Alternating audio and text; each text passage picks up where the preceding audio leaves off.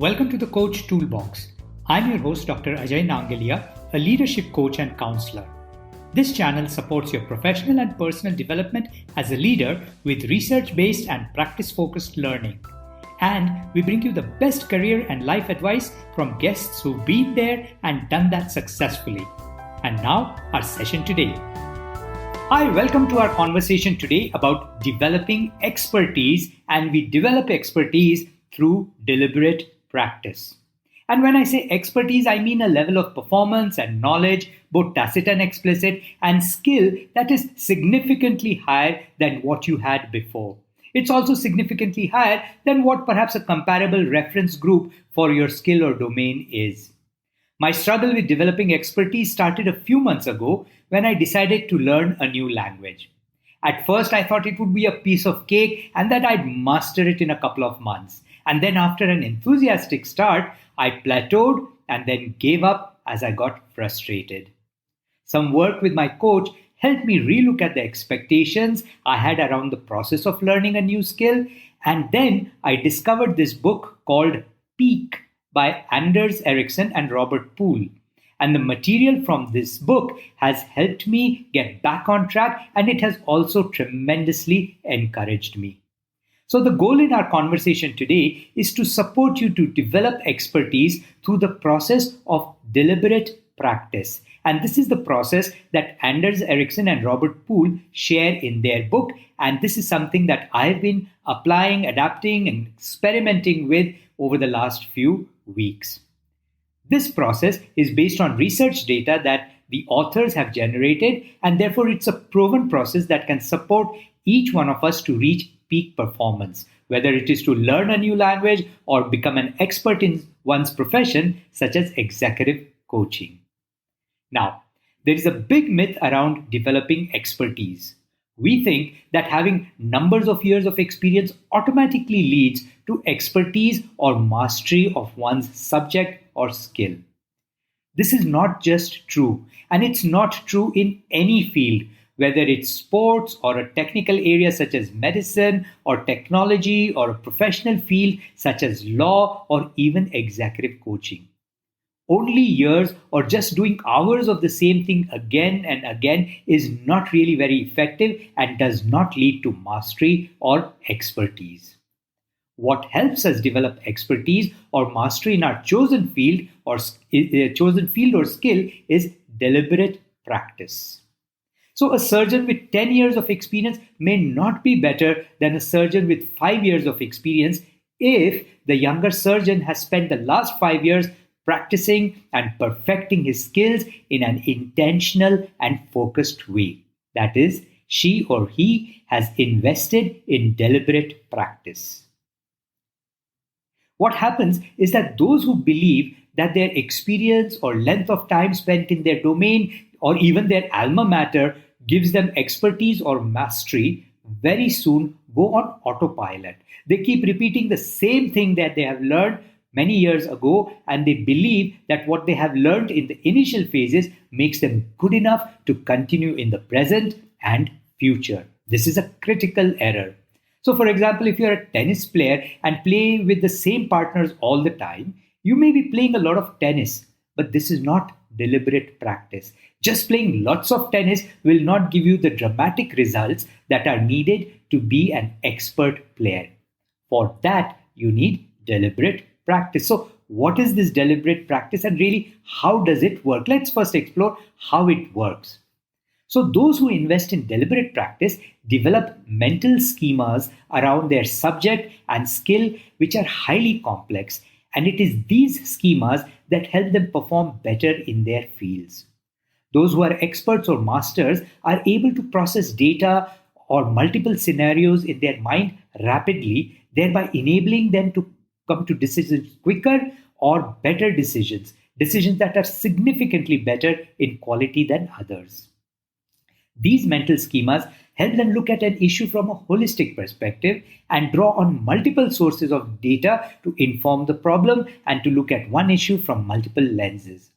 This is what expertise or mastery looks like, and it happens only through deliberate practice.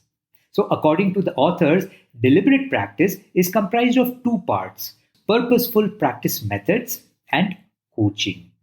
Purposeful practice methods and coaching. Purposeful practice method has four elements that make it uniquely different from just the sporadic practice efforts. And these four elements are setting specific goals for the practice session. That's number one. Setting specific goals for the practice session. Number two is setting specific time for the practice so that there are no distractions. For example, a time period of 25 minutes or 45 minutes. Number three is getting immediate feedback on the performance after each session. And number four is creating frequent cycles of comfort and discomfort by pushing the boundary of performance in increments that cause some discomfort because of mistakes that are made as the learning boundaries is stretched. And now, when you add the power of working with a coach to these four elements of deliberate practice, research shows that the performance is dramatically increased and we start moving towards peak performance. Let's understand this using an example of an executive coach who wants to develop skill and expertise and mastery in coaching. You will find similarities in this example to your own field in which you want to develop expertise and mastery. So just adapt the process to make it work for you. So number one, the first element of deliberate practice is setting specific goals for the practice session. So how would this work for an executive coach? As a coach, break down the coaching conversation into broad elements such as agenda setting, exploration, taking away, and close. You could also look at specific skills such as asking open-ended questions, listening, holding silence, acknowledgement, reflection, and so on. So in a practice session, decide which element or which elements you want to focus on. Start with revising the basics of what puts that element in the expert category, and then set yourself a goal for focused practice, for that focused practice session. A goal for the session can even include reading materials such as books and journals that build your knowledge around the subject, getting familiar with various tools and resources that you can use for yourself and for your client, listening to podcasts and other educational resources, and so on. So set certain practice sessions as just learning hours where you increase your knowledge of the subject in specific subject or areas. So that was number one, setting specific goals for the practice session. Next element is setting specific time for the practice so that there are no distractions. For example, set yourself a time limit of 25 minutes or 45 minutes in which you switch off all digital extractions, all notifications, all pings. Set aside your practice time and you could budget for an hour session in which you coach a peer for 30 or 45 minutes and then get feedback for the rest of the time. And block practice time regularly in your calendar so that you get consistent practice. A good way to spend a practice hour with your mentor coach is to do a live coaching for 30 minutes and then spend the next 30 minutes reviewing the session. Once you've done this a few times, you can even review the session on your own.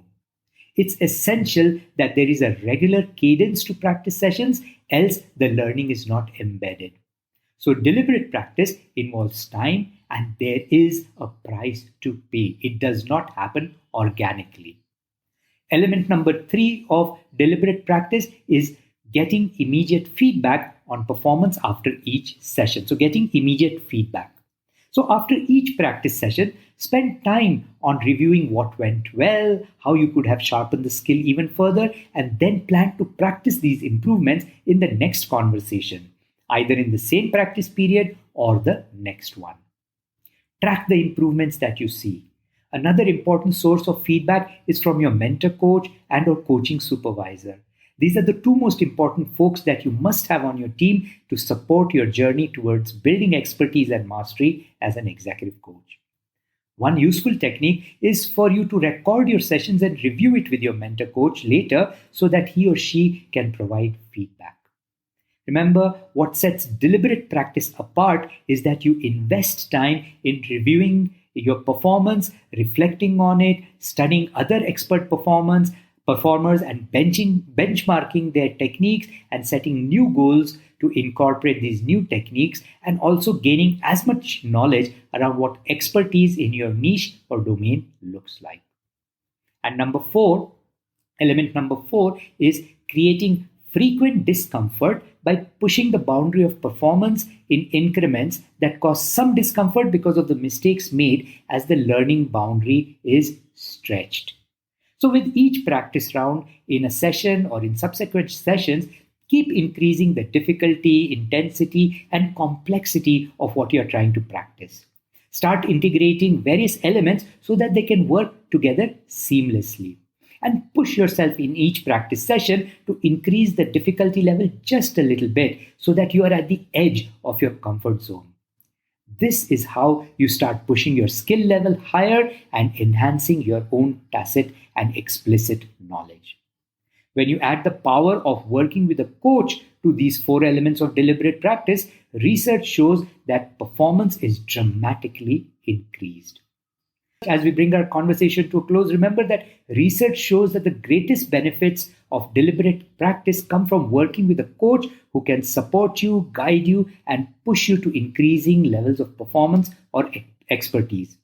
For an executive coach, this means having a coaching supervisor or a mentor coach to support you on your journey.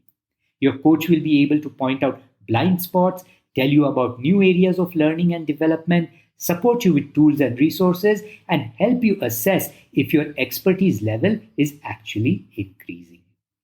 So let's bring our conversation to a close now. Over the years, I found that whenever I've incorporated the elements of deliberate practice, I've gained expertise rapidly. Whether it is increasing my counseling skills or yoga practice or working out at the gym. Reading and refreshing the principles of deliberate practice in the book have helped me renew my own commitment to deliberate practice in sharpening my clinical skills and knowledge or learning the new language that I'm focusing on, which is Kannada.